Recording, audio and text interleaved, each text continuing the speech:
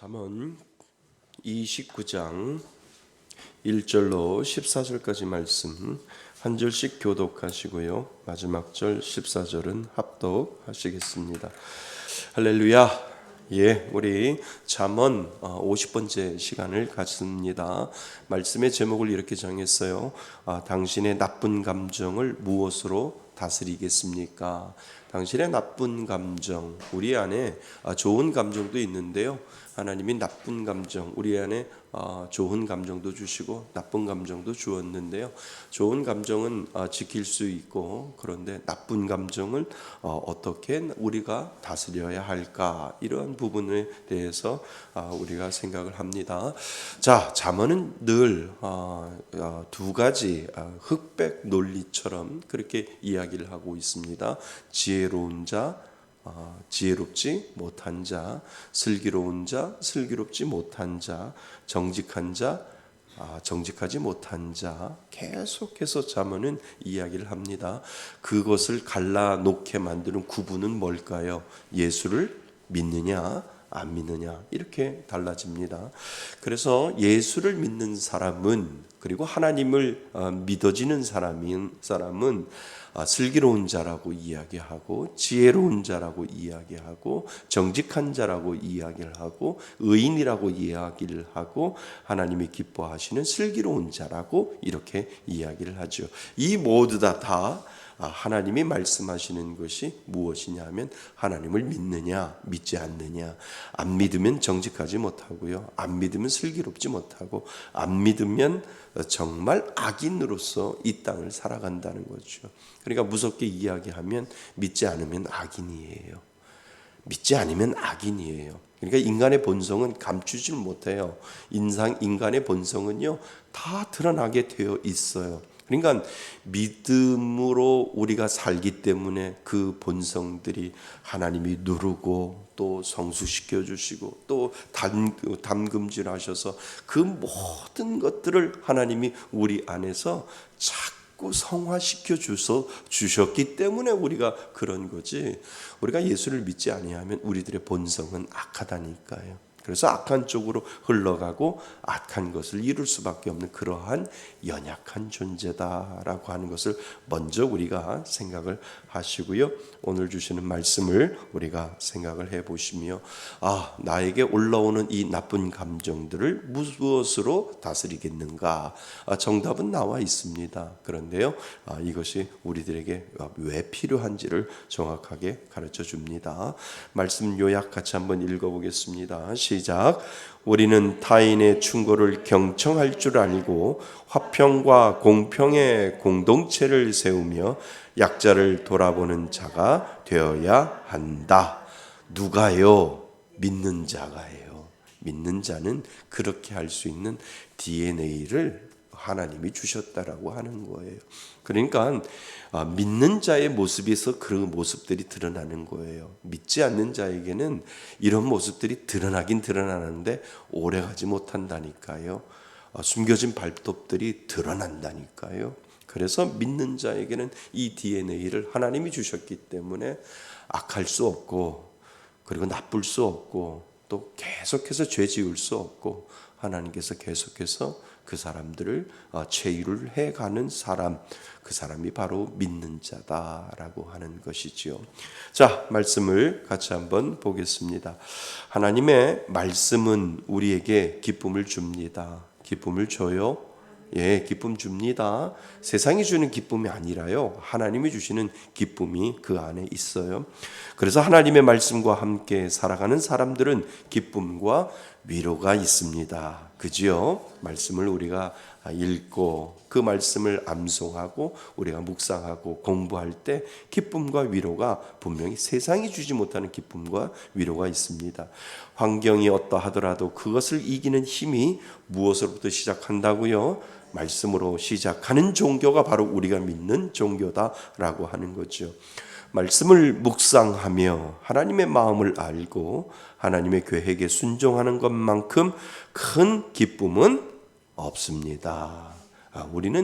그러니까 우리가 믿는 종교는 말씀의 종교예요. 성경 말씀을 따르는 종교다라고 하면 됩니다. 그 안에 하나님의 사랑도 있고 그 안에 예수 그리스도의 십자가의 능력도 있고요. 그 안에 기쁨도 있고 그 안에 위로도 있다라고 하는 거죠. 잠언은 우리에게 항상 말씀합니다. 말씀과 함께 살아가는 사람은 지혜로운 사람이요. 그지요? 말씀에 순종하는 사람은 지혜로운 자입니다. 그러나 하나님의 말씀에 순종하지 아니하고 따르지 않는 사람을 성경은 악인이라고 분명히 정죄해서 이야기를 해 놓고 있다는 겁니다. 본문은 지혜로운 사람과 어리석은 사람을 비교하고 있지요. 그런데 그 판단 기준이 뭐라고요? 말씀이라는 거예요. 그러니까 그 말씀을 내 안에 거하게 만드느냐, 그리고 그 말씀이 내 안에 거해서 그 말씀대로 내가 순종하느냐, 그 모든 것의 가늠자가 뭐라고요? 말씀이라고 하는 거죠. 그래서 지혜로운 자에게는 말씀이 있고 미련하고 악한 자에게는 말씀이 없고 말씀이 사라진 자들이라고 할 수 있지요. 그래서 믿지 않는 사람들은 이야기를 하잖아요. 나 하나님 안 믿고 나를 믿어. 이런 말 많이 하잖아요. 믿을 존재가 아니야. 내가 가장 나를 믿는 거야. 내가 하나님을 믿으니 나를 믿겠다. 야, 이렇게 이야기하는 사람들 있잖아요. 얼마나 교만해요. 그러니까 자기를 믿는 거는 얼마나 힘든 줄 아세요? 왜냐하면 자기가 힘들면 자기가 힘들어지는 거잖아요. 우리는 힘들어도 누구한테 의지해요? 하나님 앞에 의지하잖아요. 그러니까 가장 미련한 사람은 나를 믿는 사람이 가장 미련한 사람이에요. 자신이 아플 때는 누구한테 위로를 받아요? 받을 데가 없잖아요. 그런데 우리는 마음의 상처를 받고 마음이 부대끼고 마음이 아프면 누구한테 위로를 받아요? 하나님의 말씀을 통해서 우리는 위로받는 존재가 되었다라고 하는 거죠.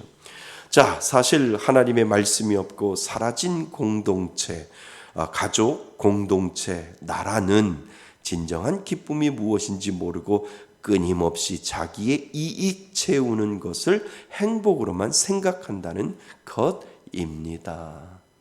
그죠? 이해되시죠? 그러니까 자꾸 말씀이 사라졌으니까 자꾸 가족과 공동체와 나라가 그 기쁨을 찾아내기 위해서는 계속해서 쌓아놓아야 되는 거예요.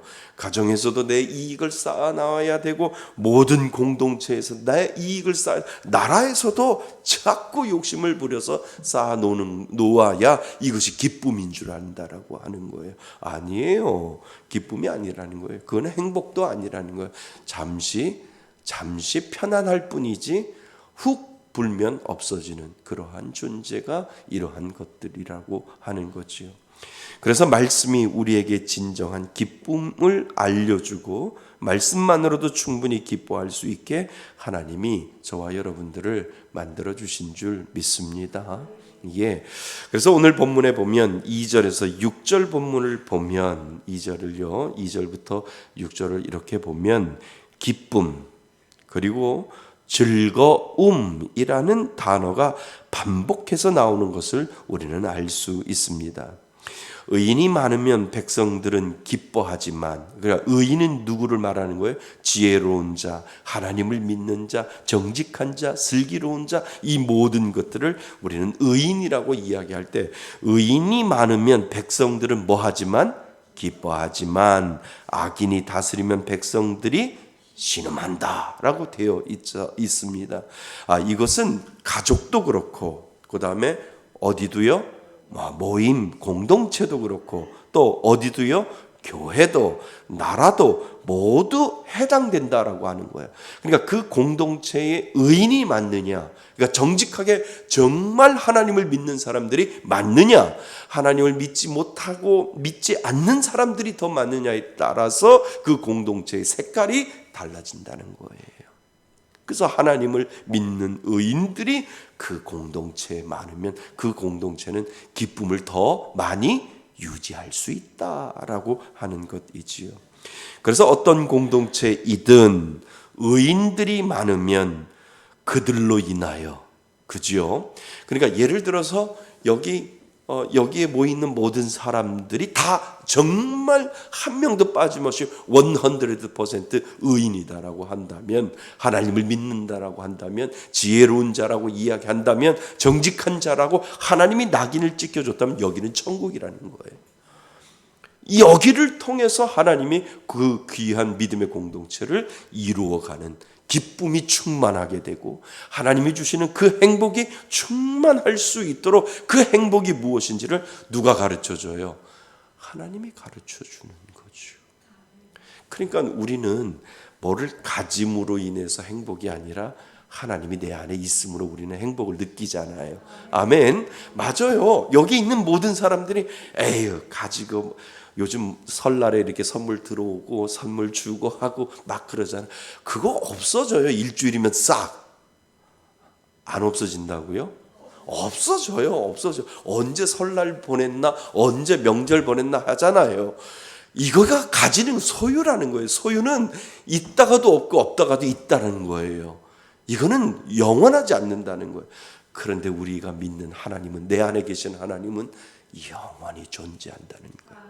한 번 계시는 하나님은 영원하시고 떠나지 아니하시고 영원히 존재하기 때문에 하나님, 가지고 없는, 가진 것과 없는 것과 차이가 아니라 하나님으로 인하여 나는 만족합니다 라고 하는 그 믿음의 고백을 우리가 하게 된다는 거예요. 그러니까 선물을 줄 때 하나님을 주면 얼마나 좋겠어요. 그리고 하나님이 쑥 들어와 있어서 하나님이 계셔서 변하지 않으면 얼마나 좋겠어요.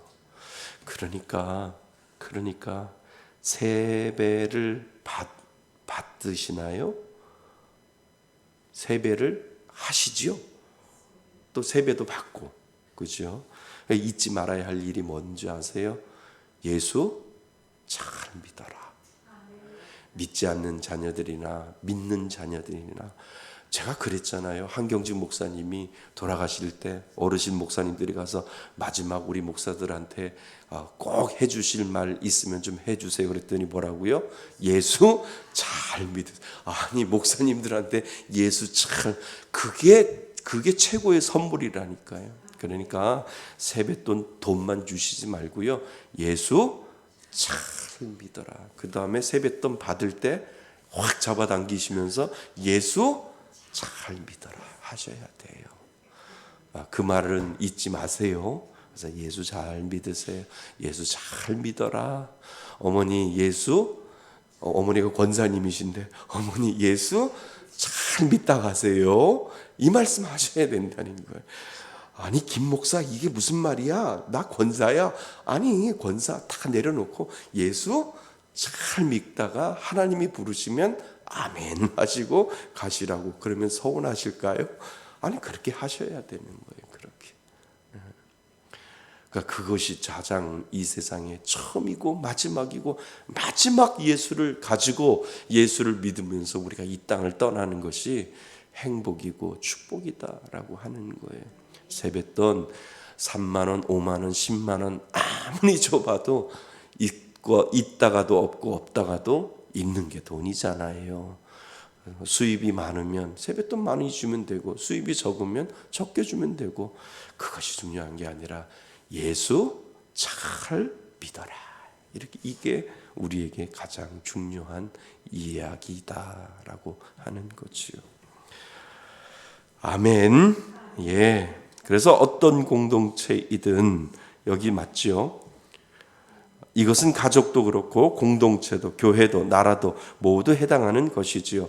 어떤 공동체이든 의인들이 많으면 그들로 인하여 건강하고 즐겁고 행복합니다. 그러나 말씀이 없는 사람들이 권세를 잡으면, 권력을 가지고 힘을 행사하면 그 가정과 그 나라, 그 교회와 나라는 진정한 기쁨과 즐거움을 찾을 수 없다고 하나님은 우리들에게 말씀하고 있습니다. 그죠? 아무 소용 없습니다.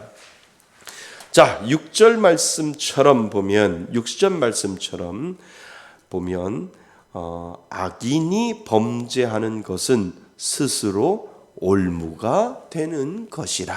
그러니까 악인이 죄인은 하나님을 믿지 않고 정직하지 못하고 슬기롭지 못하고 지혜롭지 못하는 것은 스스로 뭐가 된다고요?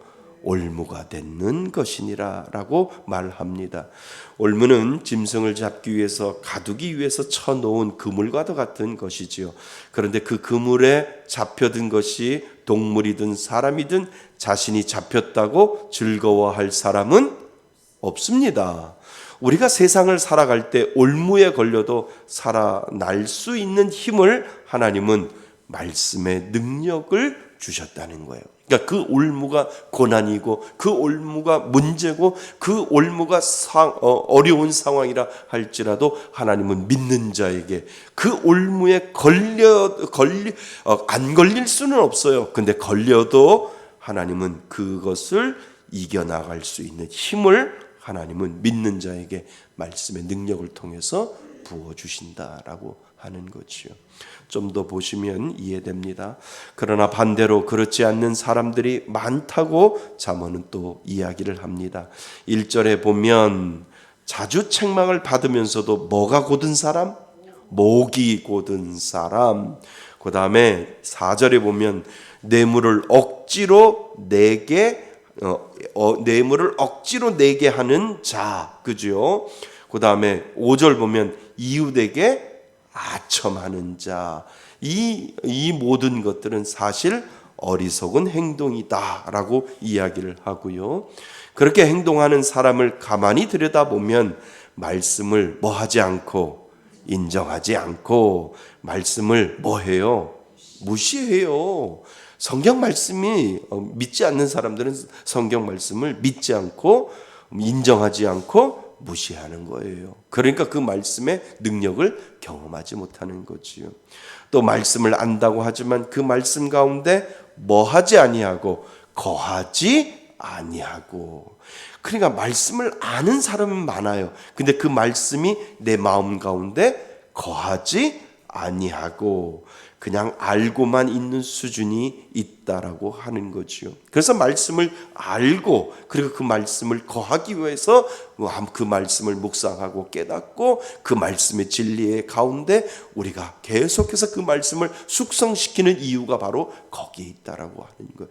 왜냐하면 그 말씀에 거하면 거할수록 그 말씀의 능력이 나타나기 때문에 그런 거죠.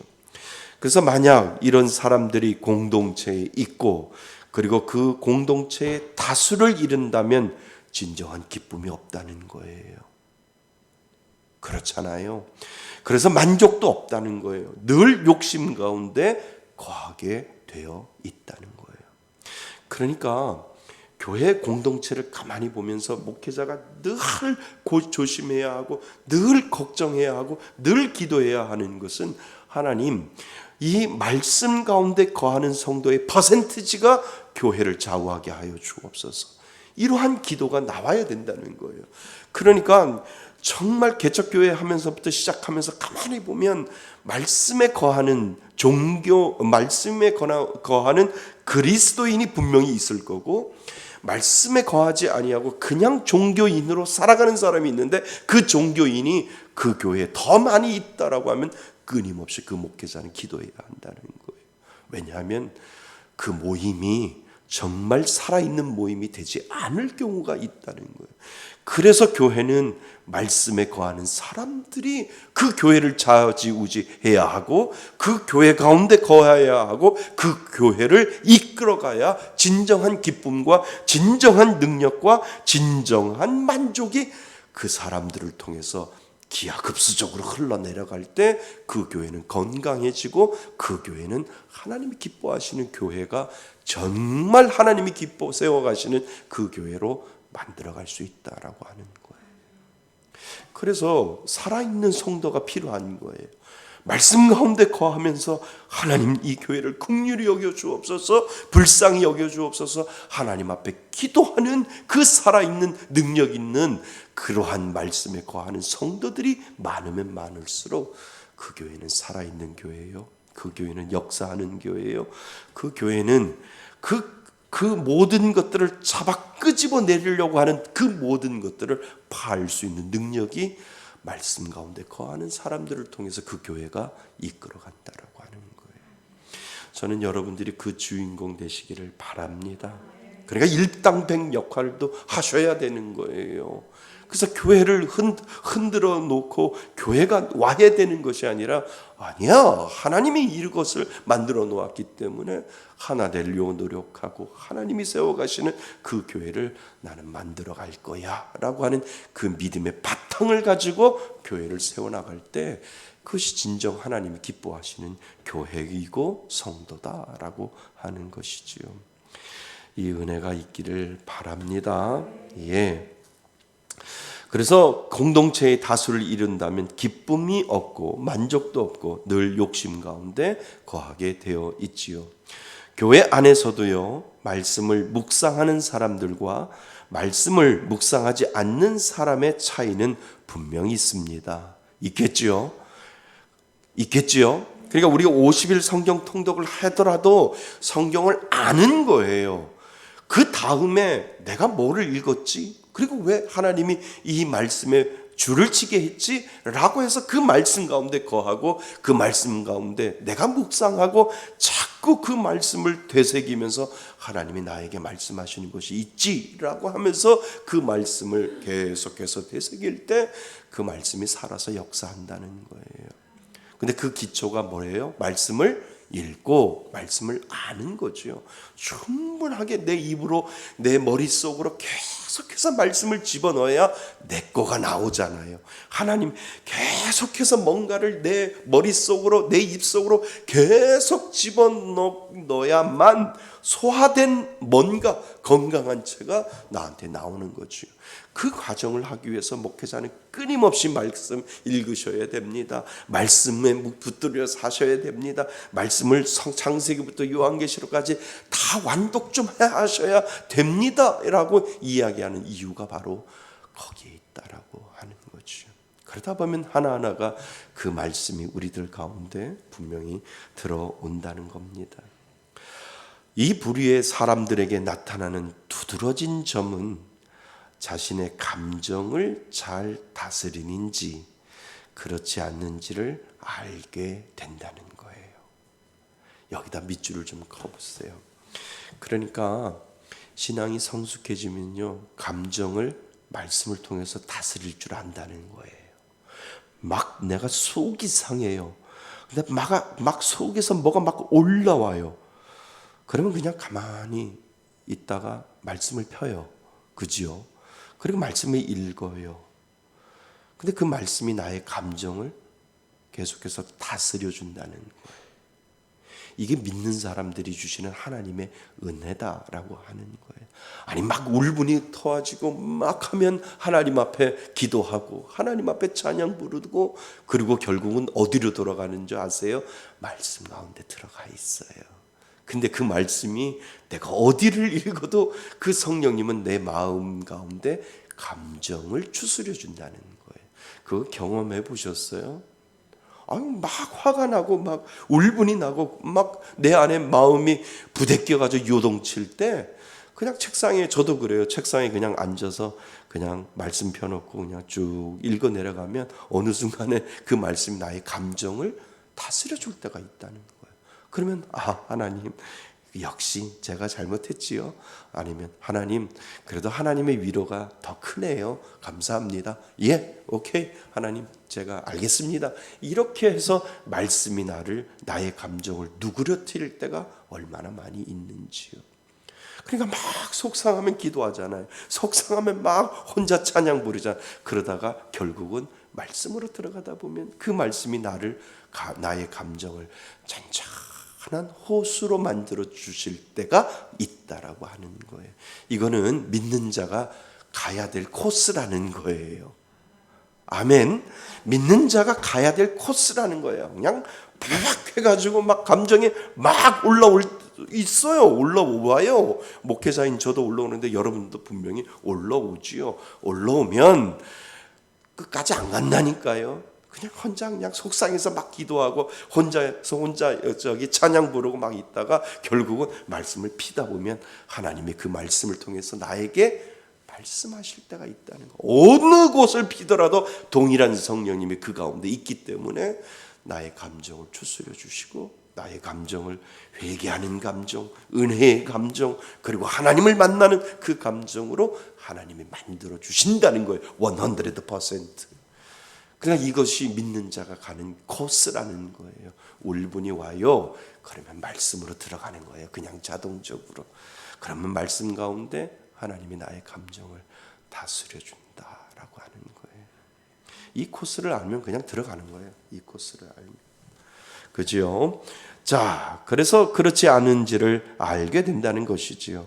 하나님은 우리에게 여러 감정을 주셨어요. 분노와 같이 우리가 생각하는 나쁜 감정들도 있지요. 그런데 말씀이 우리의 감정들을 다스리게 한다는 거예요. 감정을 다스릴 줄 아는 사람은 결국엔 리더로서 가족이든 교회든 공동체든 그리고 나라든 그 공동체를 잘 이끌어 나갈 수 있는 것이지요. 아멘. 그래 감정을 말씀으로 다스리다 보면 교회도 그리고 가족도 그리고 공동체도 그리고 나라도 이끌어갈 수 있다라고 하는 겁니다. 오늘 특별히 지혜로운 자는 무엇을 다스리고요? 분노를 다스리고 다툼을 다스릴 수 있는 사람입니다.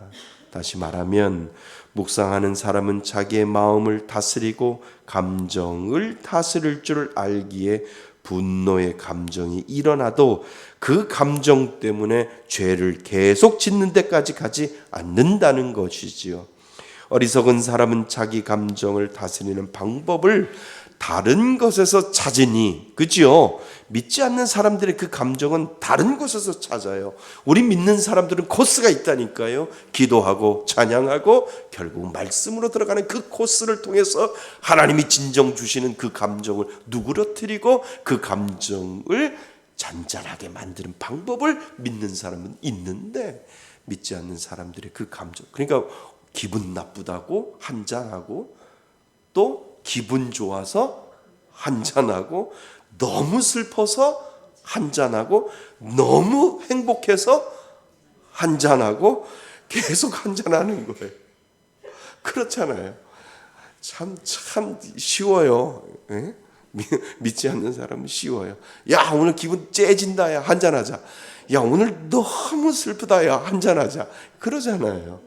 참 가는 코스가 똑같아요. 믿지 않는 사람들은요. 자, 그래서 다스리는 방법을 다른 것에서 찾으니 분노는 또 다른 분노를 만들고 술 깨면 분노하잖아요. 다시 더 어려워지는 것이지요. 그래서 분노의 감정이 쉽게 다툼이나 죄까지 이어지게 되는 것을 알 수 있습니다. 그러니까 술을 먹으면 끝까지 가잖아요. 술을 먹으면은요. 그러니까 믿지 않는 사람과 믿는 사람들의 차이는 이 감정을 어떻게 추스리느냐, 어떻게 다스리느냐의 방법에 따라 달라진다라고 하는 거죠. 자, 우리 8절을 같이 한번 읽어보겠습니다. 8절입니다. 시작.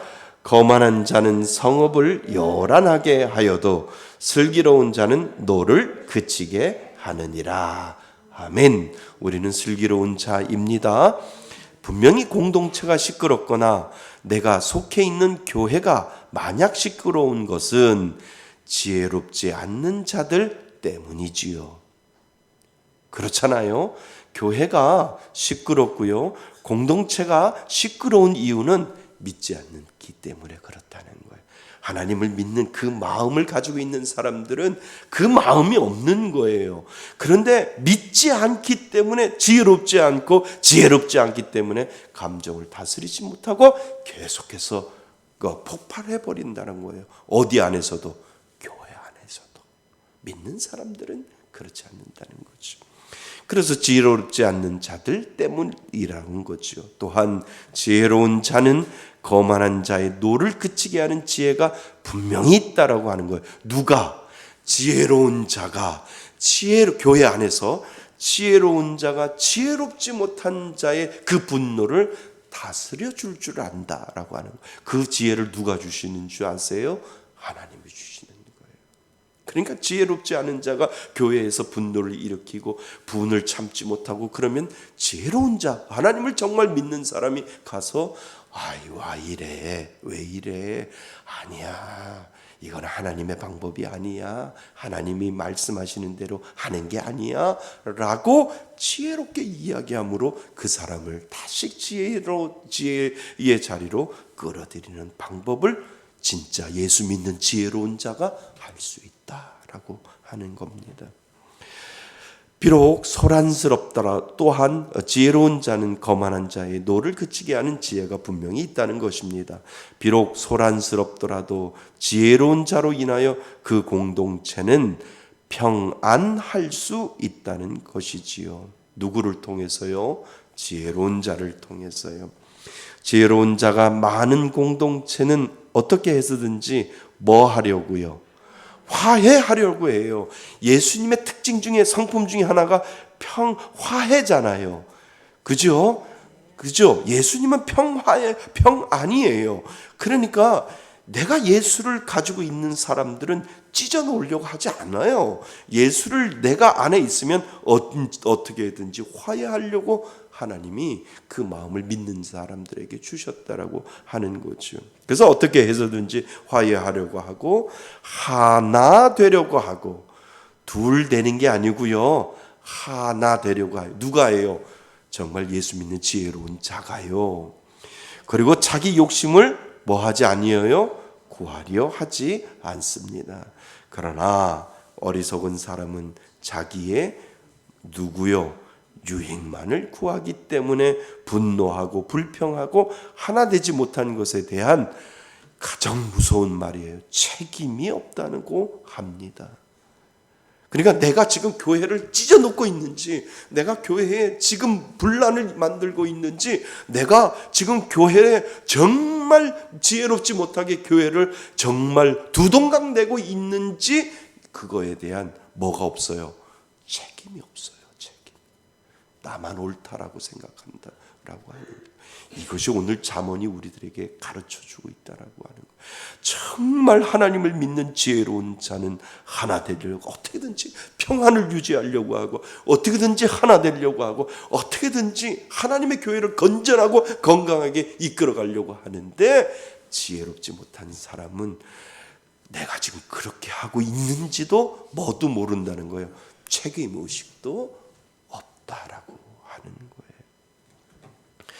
결국 다툼을 일으키고 공동체가 무너지는 것입니다. 그래서 11절에 어리석은 자는 자기의 뭐를, 11절요, 같이 한번 읽어보겠습니다. 11절 시작. 어리석은 자는 자기의 노를 다 드러내어도 지혜로운 자는 그것을 억제하느니라. 왜 억제해요? 하나님이 주시는 말씀이 그 가운데 있기 때문에 그렇다는 거예요. 말씀이 나의 감정을 뭐 한다고요? 누그러뜨리기 때문에 그렇다는 거예요. 자, 11절 말씀 한번 밑줄 좀 그으세요. 어리석은 자는 자기의 노를 다 드러내도요, 공동체 안에서 자기 노를 분발하는 거 다 드러내어도 참지 못하고 다 드러내는 거예요. 그러면서 그거에 대한 책임의식도 없는 거예요. 왜요? 내 유익에, 나에게 유익하니까. 그러니까 어리석은 자는 자기의 노를 다 드러내어도 지혜로운 자는 그것을 뭐 한다고요? 억제하는. 누구 때문에? 하나님 때문에.